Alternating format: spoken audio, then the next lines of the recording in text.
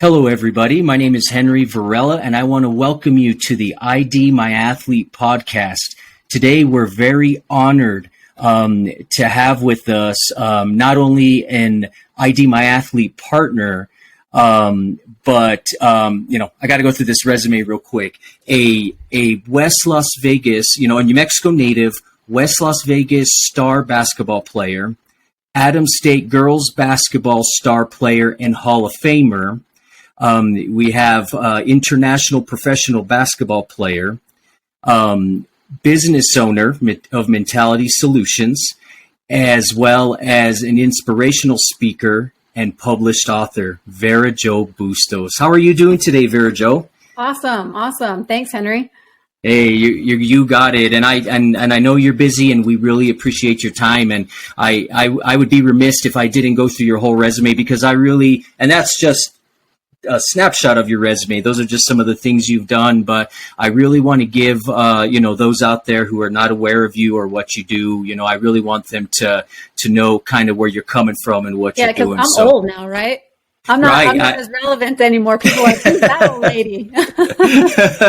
Like Vera Jo Bustos. And the thing is that with your resume and coming from New Mexico and everything that you've done, it's just, obviously it's something that's near and dear to our heart. And, having a daughter who I feel is kind of on that same path, and like we'll talk about later, who you've been able to help. And on top of me, you've been able to help me as well, and things we'll talk about. So we really appreciate you, and we really love the fact that you are willing to partner with ID My Athlete and help us educate kids and parents, and as they move through the process. So absolutely.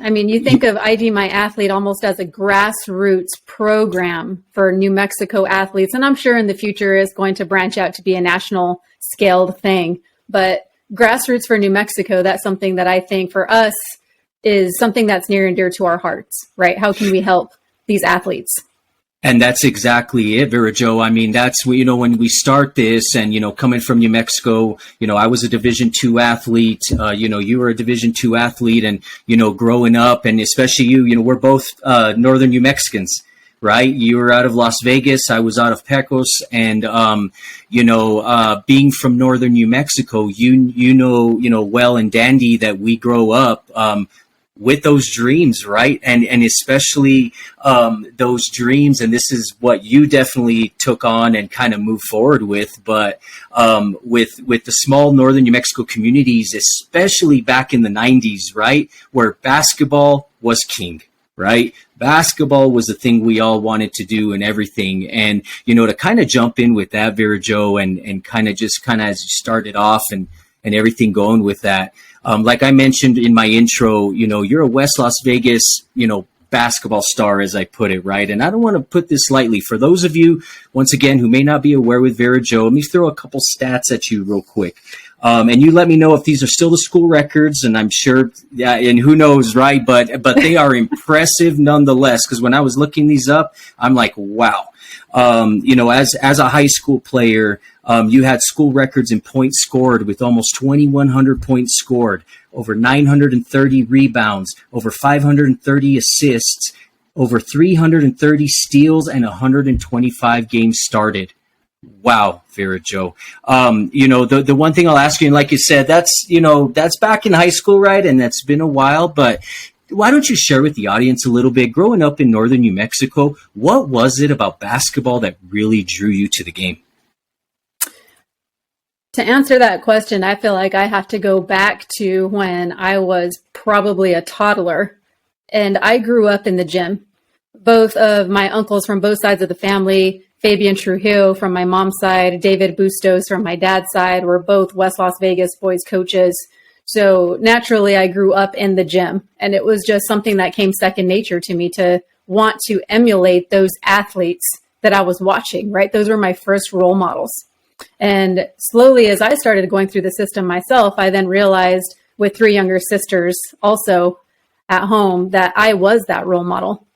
And not only did they set the stage early for me, those role models that I looked up to, not just the athletes at West Las Vegas, but as I got a little bit older, I started to look up to college athletes at the University of New Mexico, and just how they inspired me to try to achieve more for myself.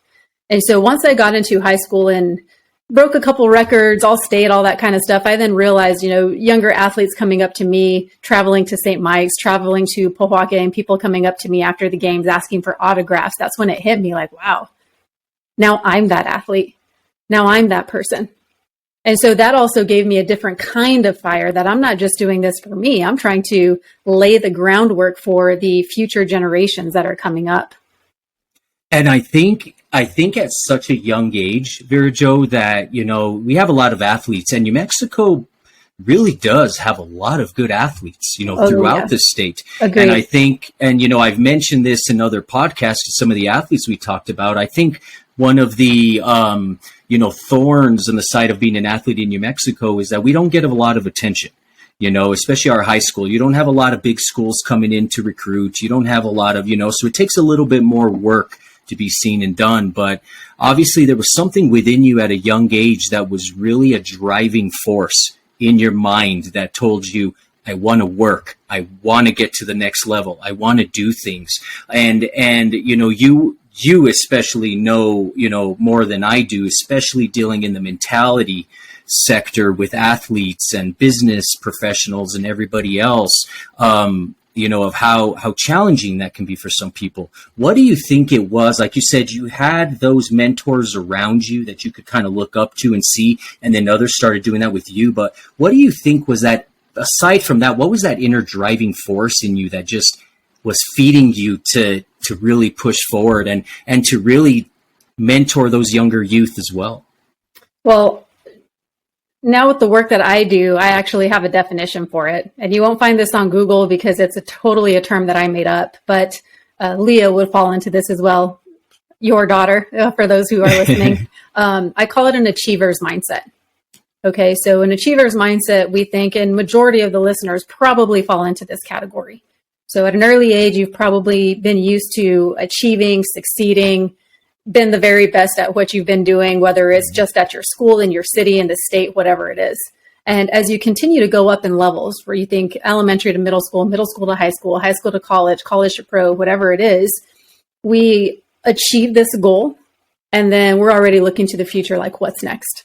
What's the next accomplishment on the horizon, right? And that's the way we're wired. That's the way we work. But on the other side of that, it's also a double-edged sword, because what happens when we don't achieve, or those expectations fall a little bit short that we have for ourselves? Now, all of a sudden, our self-identity completely becomes overwhelmed with who we are as the athlete instead of who we are as the person.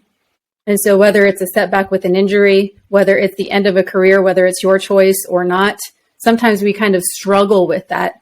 And that achiever's mindset is awesome because it's probably gotten most of us to where we are today. But if we don't pay attention to it, it can really set us back in what we do. And I love that I love that achiever's mindset. And what's so great about that is that is something that, whether you're an athlete, whether you're not an athlete, but you're involved in organizations, or you're moving on into the workforce or anything, that's something that you can carry with you as you move through your journey, and do everything in that set. But exactly like you're saying, and, having a daughter that's kind of, going through that same thing, is that you get to that point where there's expectations put on you now, right? It's like you said, you're the star basketball player, you're the star athlete in your school, whatever sport it may be. And, you happen to have a bad game or something just didn't go your way, and it's how do you bounce back from that? And, kind of, how that kind of set in for you from moving from high school to college. Obviously with the type of, stats that I just read off and school records and everything going from there, what was your expectation of, when looking for a school? Did you feel like D1 was going to be your only option, or did the fact that D2 actually came along, like how did that work with your mindset as you moved from being that star player going into college? Henry, do you know my recruiting story? Have I ever shared this with you? I have never heard your recruiting story. So, this is back when, and again, it was kind of UNM, the Lobos were the ultimate dream for me. Mm-hmm. And this was when Coach Don Flanagan was there. And I didn't know anything about the recruiting game. Me and my parents, we learned the hard way, the way it worked. And so going into my junior year, it was looking like, okay, maybe UNM might offer me. And so at the end of the day, I'm putting off all these other offers that are coming in because I'm holding out hope for UNM. And so slowly the first signing date passes and the second signing date is coming up, and I'm holding out hope, turning down all these others like, oh, let me get back to you. Let me get back to you. Unbeknownst to me, they're moving on to their next, right? They're not waiting for me. Uh-huh. And so it comes the time and UNM offers me a walk-on position. And in my mind, that was almost a slap in the face. Like, I know I'm good enough for a full ride scholarship. So then I start calling all these other schools. A few of them, or majority of them, are D1s. And they let me know that, I'm sorry, we have actually moved on and the person under you has accepted the scholarship position. Right? I didn't know the way that it worked. And so then I'm almost in full panic mode. I know that I'm not going to be a walk-on. I feel like my competitive spirit, I know I'm worth more than that. So I'm not going to go somewhere where in my mind, I didn't feel like I was wanted. And so that's when I started reaching out to some of the RMAC schools. And I was being heavily recruited by 5 of them and 2 other D1 schools that were in the process. But the thing that sold me to Adams State was one of my assistant coaches. She asked me on the recruiting visit and she said, hey, VJ, you know that you have a chance to leave a legacy here. And then she asked me this question that still rings into my ears to this day. And she asked me, would you rather be a shark in a pond or a minnow in the ocean? Because if you come here, I guarantee you, you will be the shark. Your name will ring in Adams State history. You have a chance to come here and leave a legacy. It won't be easy, but I know you have the potential to make it work. And after that conversation, I was like, this is the place. Wow. And I tell you what, I mean, looking at, once again, I'm going to go back to the stats, right? I mean, it's amazing, you know, Adams State University, all-time leading scorer, over 1,800 points, all-time leader in minutes played, over 3,800, most points in a game with 36, most points in a half at 27, most three-pointers in a game, 8, and probably the cherry on the cake, which was, I believe it was just a few years ago, being named to the Adams State Athletics Hall of Fame. I mean, once again, you know, knowing your journey now and how you got and why you selected Adams State, what was it like getting that call, letting you know that you made such a difference? I mean, you literally became the shark in the pond, right? Absolutely. I mean, and what did it feel like to get that call about being put into their Hall of Fame? Definitely humbling. You know, I think it's one of those, as you spent time away from the sport and gone on to different endeavors and that kind of thing. Whenever you get an honor like that, it's humbling to know that the work you did, the sacrifices you made, all meant something. Yeah. And that means a lot to be able to have that kind of recognition, especially years after. Yeah, and I just, you know, once again, I think, and this is probably, you know, what's, you know, once again, leading to where you're at now, and we'll talk about that a little more, but, you know, being able to find that mindset of, like you said, once again, even through your recruiting experience, it kind of gave you that little bit of a letdown of, oh, shoot, did I wait too long? Did I write? Which at that moment for a lot of athletes could have taken them a different direction, right? Well, I don't even want to play anymore. I'm not going to where I want to go or I want to do. And, you know, what was it that really got you over that hump? I mean, obviously you had a great talk with a coach, right? Which is one of the biggest things, and being able to be, you know, build a relationship with a coach and being sold on it. But, was there any other factor that really helped you transition into saying, nope, I am going to go be that shark in that big pond and do D2 and show these other programs what they missed out on? Well, you know, and I think it's interesting and maybe a bit ironic, but the tagline for Division II is I chose Division II. And I think that's something that majority of athletes can attest to, because for me, I definitely did choose Division II. And it's one of those that I look back on and I just think of the couple of top schools that came down to my top 5. They all laid out the red carpet for me. And that's when I solely realized, like, yes, somebody can sell me legacy and being a shark in a pond and all of that. But if their actions don't match up with the words, then it's just words. right? But the fact that they did lay out the red carpet for me in comparison to the way I was treated at UNM, that made me realize, like, I really do, and people preach this all the time, and there's truth behind it. That's why we hear it often, is go where you're wanted and go where you're needed, right? Because it's one of those, and I look back on my career, and could I have gone Division I? Absolutely. Would I have had the same outcome? Who knows? Right. And it's one of those where thinking of my dreams at an early age to play professional basketball and going overseas, you can still do that playing at a Division II level. It just matters what you do and what contributions you have on the floor. Because if you don't play until your senior year Division I mean, would you rather have a 4-year stellar career or just maybe get limited playing time your junior and senior years? So these are just kind of all things that I would tell the athletes that I work with to keep into consideration.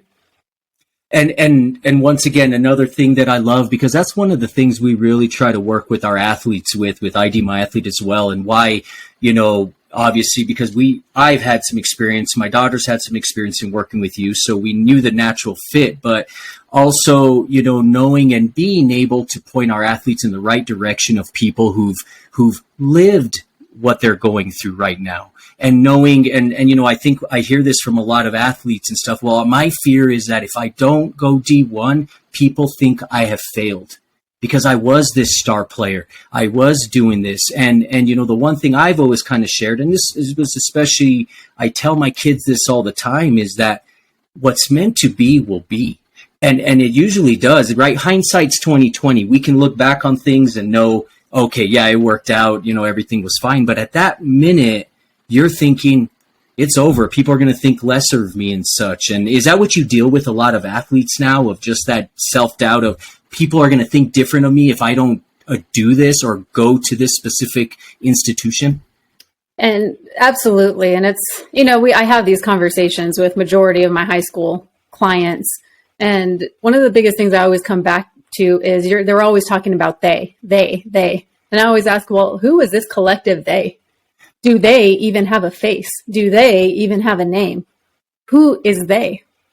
Right. And so we're just generalizing with all these people that are going to think that we're failures, all these people that we're generalizing, but do we even know who we're talking about? Or is they on a deeper level ourselves? And that was exactly what I was just thinking. And I guess I've never thought of it in that way. Do you find that collective, that they, ends up being that fear within oneself? Is that, there's always going to be they, right? There's going to be those that chatter and talk, but ultimately it's that fear within that kind of tends to hold people back. Mm-hmm. Well, and then I would always ask too, is what is the reason that you want to play college basketball? Is it for fame? Is it for glory? Is it to get $1 million NIL deal? Like, what is the reasoning behind it? Because similarly, which I would say college athletics is almost turning into a business model. If you go into business with the idea that I'm just in it for the money, you will probably have a hard time finding success. Similarly, if you go into college with the idea that it's D1 or bust, I got to just get to as big of a name as I can. If we go into that with that mentality, it's probably going to be very hard for us to succeed. So you have to have a deeper core belief and a deeper value system as to why you're doing what you're doing. Because I'm sure you've seen this too. College athletics are hard. And if you don't have a deep resonating why, it's going to be very hard to stick it out. Yeah. And that's one of those things is, once again, on kind of what we're doing with ID My Athlete is really, we want to surround our athletes with information exactly like what you're giving and that kind of stuff so that they know and they can feel comfortable that as they move through their journeys and their selections and make those choices with their parents, that they are doing it for the right reasons, right? What is your why? Right? What exactly are you doing what you're doing? So, I appreciate that insight and that right there kind of moves us on to kind of what your next piece of your journey was, right? And that was, becoming a professional basketball player. Because like you just said, right? What are you doing this for? You're going to college basketball, and especially for female athletics, there's not always, depending on the sport, there might not always be that next level that you're looking for.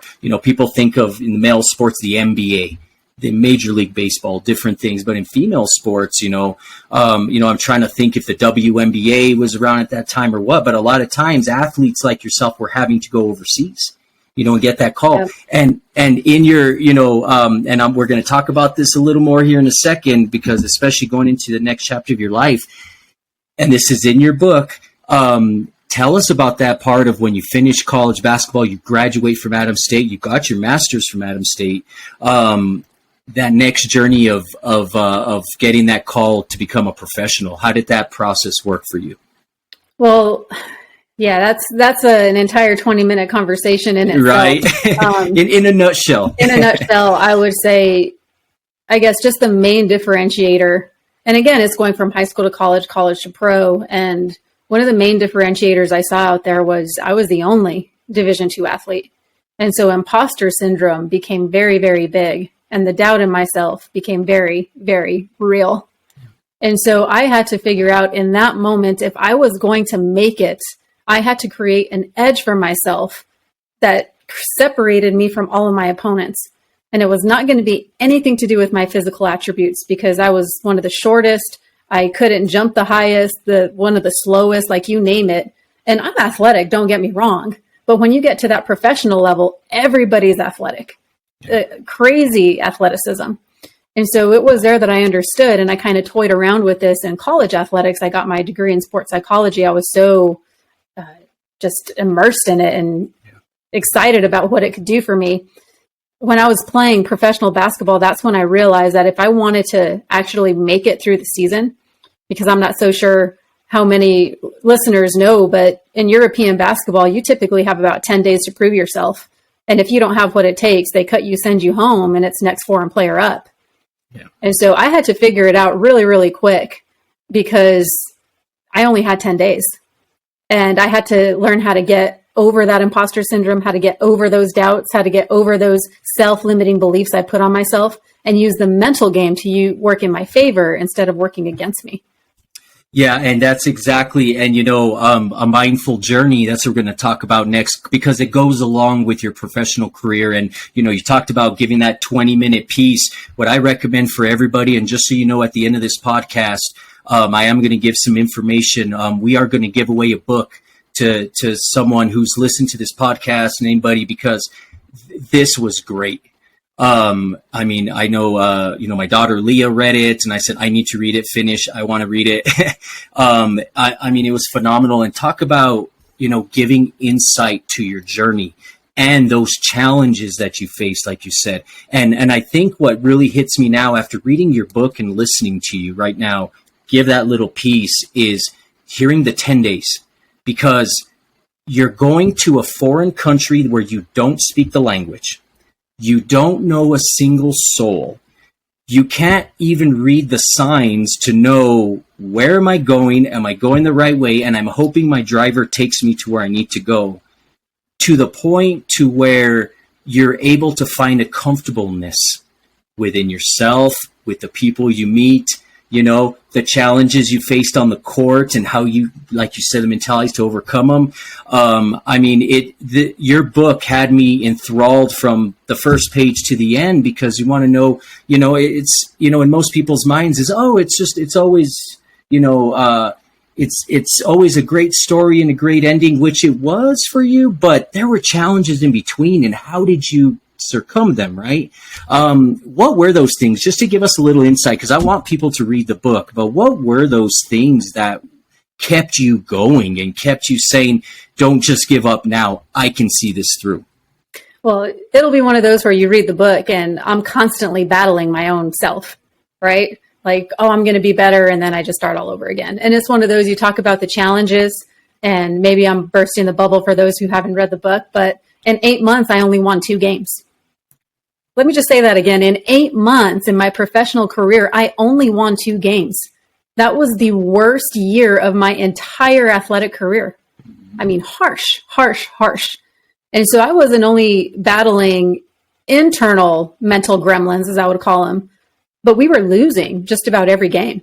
We won 1 game in the regular season and 1 game in the play-outs. It's not the playoffs.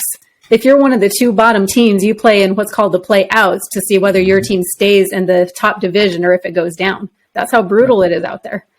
Right. And so the entire concept, and this is one of those things that I wanted to share with my readers, because at a young age, it was one of those that when I'm looking at my role models, I can never see myself in their shoes, because I just think they don't have these thoughts. They don't think this way. They don't act like this. And the truth is that we all do. Talk to any professional athlete, and I can attest to this more than most because I work with professional athletes.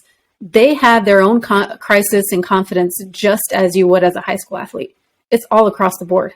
And so I wanted to be sure to share this from a lens of vulnerability to let those that may be hopefully following in my footsteps that it's okay to have these vulnerabilities.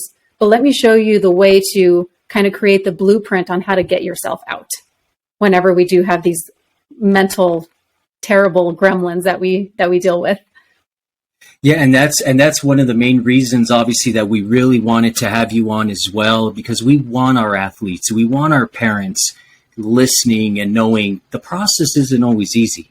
There's going to be challenges. There's nothing, I think this is just in life in general, nothing is ever easy. There are things that kind of fall in people's laps, but there's going to be challenges, but it's how do you overcome them? What do you do to, surpass those? And, I think just having that ability, like you said, to be able to play basketball in the top division of Europe, of the European League, right, with the Greece team, and although things didn't go your way, it's an experience that nobody can ever take away from you, and it's obviously something that helped you grow and build even more. That what's led you to doing what you're doing now, right? Which is the mentality solutions, the training around mental edge, and helping athletes, coaches. I mean, you've worked with Division I coaches, you've worked with professional athletes, college athletes, you've worked with high school athletes, you've worked with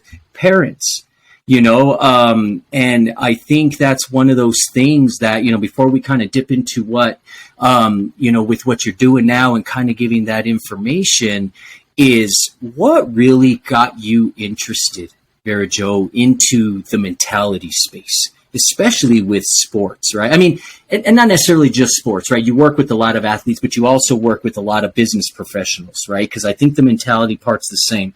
But what really drove you into that direction? For me, it was always willing to do whatever it took to gain the edge. And my obsession, because that's what it was an obsession, it still is, was started as a freshman in college. One of my assistant coaches, her name is Michelle Bruns.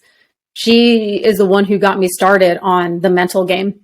And after my freshman year, she actually went to go work with the cadets at the Army at West Point on the mental game. And so she was always a sounding board for me working on my mental game, even the next 3 years of my college career, even into my professional career. And it was one of those things where I knew, again, if I wanted to be the best I could be, I had to create some kind of mental edge for myself. And I would say in high school, I didn't have any of it.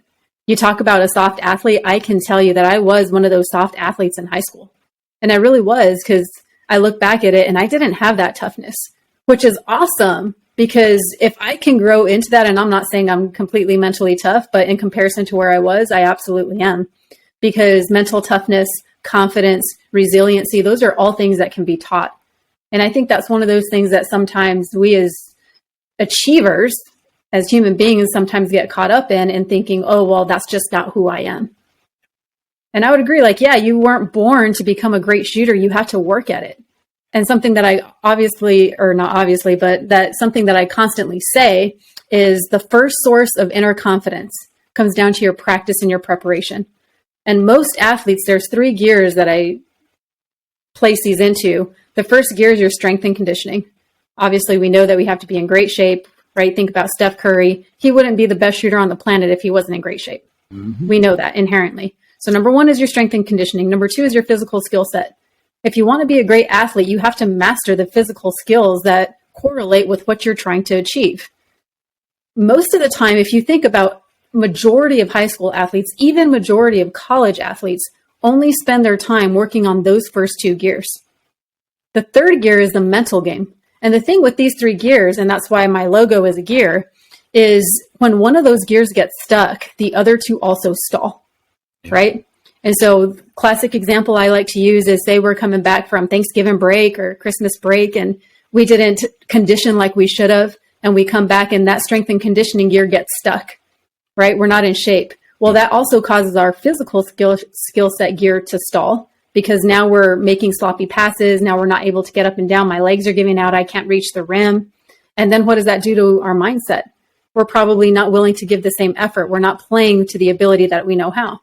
So that gear caused the other two to stall. But most of the time, what I have seen, and if you as listeners reflect a little bit too, you can probably attest to this, the majority of the time, it's our mental gear that gets the other two stuck. But we never spend any time practicing or preparing what to do when that happens. We don't spend any time training up our mental game. And it was one of those that I learned as a college athlete, and especially as a professional athlete, that that's what it was going to take for me to be the best that I could be. And I love to share my story, because if you look at me physically, there is nothing special about me. I'm a whopping 5'8". Back then, I weighed a little bit more than I do now. But if you look at me now, it's like, you used to be a professional athlete, really? But it's one of those where I worked my tail off, yes, for the first 2 years, but more than anything, I disciplined myself to train my mind. And I think that's where the power lies. Because if you look at any elite athlete, it doesn't matter who it is, I guarantee you they have the specialness of preparing their mental game. Yeah, and and that was one of the things that I think being able to experience firsthand of what you offer through Mentality Solutions, and that being through, I know you initially did sessions with 2 of my daughters, which what was so great is that they're 2 different paths, but it was being able to speak to them individually and really, find out more about them. What are those inner, things that are getting their gear stuck, and then not only working with them, but being able to have a conversation with me as a parent. And this is the one thing, I mean, that's why I love doing this, is it's being frank with people and letting them know, because I think a lot of times us as parents, we can be a lot of that detriment that helps get those gears stuck in our kids' minds. and we mean well, but unconsciously, yes. Right? And that's the problem. And this was 4 or 5 years ago. It would blow your mind to show you how much my stuff has progressed. And that's exactly why, doing this and just real quick, because we have a few minutes left, is, let our audience know, because obviously, with Mentality Solutions and our partner, we definitely want you to visit mentalitysolutions.com. You can also go to idmyathlete.com and you can find Mentality Solutions there as well, so that you can go on over. But Vera Jo, give people just a little bit of insight of exactly what you do and how you can help their athletes or even them as parents. So I guess my elevator quick couple sentences is, how as an athlete, as a high achiever, as a performer, sometimes you kind of get caught up in your own head. You have a confidence slump. You feel like you can't perform under pressure. You practice better than you play. I help you overcome those things. And so I have created what I call playbooks, because for me, I have so much information that I needed some kind of curriculum to keep me on task to teach these specific skills. And so I have what I call the confidence playbook, the pressure playbook, and dream teams playbook. And so all 3 of those, so each playbook consists of 4 50-minute sessions. So it's essentially 4 hours of content in each one. And so all that is for me, and what I do is I just share those playbooks. I arm you with, I call it your mental armor. That is your mental armor to be able to be resilient when adversity hits. When these confidence slumps do come, you can identify, no, that's not my confidence, that's actually something else. When pressure comes, you know exactly what to focus on, where to put your focus on, how to overcome some of these emotions that turn into these negative feelings that then affect our behavior. And so it's more so just a knowledge dumping of all of these things. And then from there, we can kind of get into the nitty gritty of some of the more specific challenges that we face as athletes and how do we overcome those things. Yeah, and I thank you for sharing that, because you're right. It was about 4 or 5 years ago, and I can, just knowing the type of person you are and how much you really look to expand your education and everything to be able to pass on to everybody. I mean, I've just, after looking through your website again, seeing what you're offering and doing. I mean, I really encourage people to go to mentalitysolutions.com. If Vera Jo's a hot commodity right now when it comes to the mental world and the speaking world, and we'll have to save that for another time, because like you said, we could probably sit here for another hour talking about other stuff. But there's a lot that you offer, and even with as much as you've expanded of how you helped my daughter, who was kind of in that same track that you are, with kind of moving through process and moving to Florida to play at IMG. I mean, she's told me numerous times, and I mean, she was excited that, I was doing this with you. And she told me numerous times, there's a lot of tips and things that Vera Jo, that we talked about, that she gave me, that I carried with me as I got to IMG and as I continue through IMG. And, and that makes me feel good, because that's something that, as a parent whose child has left and has that dream and is chasing it, that, we sent her with some mental armor and stuff, and doesn't mean she was fixed or perfect or anything, but, and once again, it doesn't matter at what level you are in your athletic career. You should always be able to sharpen and update your mental armor. Am I correct in that? 100%. And it's amazing to me even that, this is what I do for a living. And sometimes I catch myself like, I got to do some pruning right now. Yeah. So it's never a destination. We can never arrive.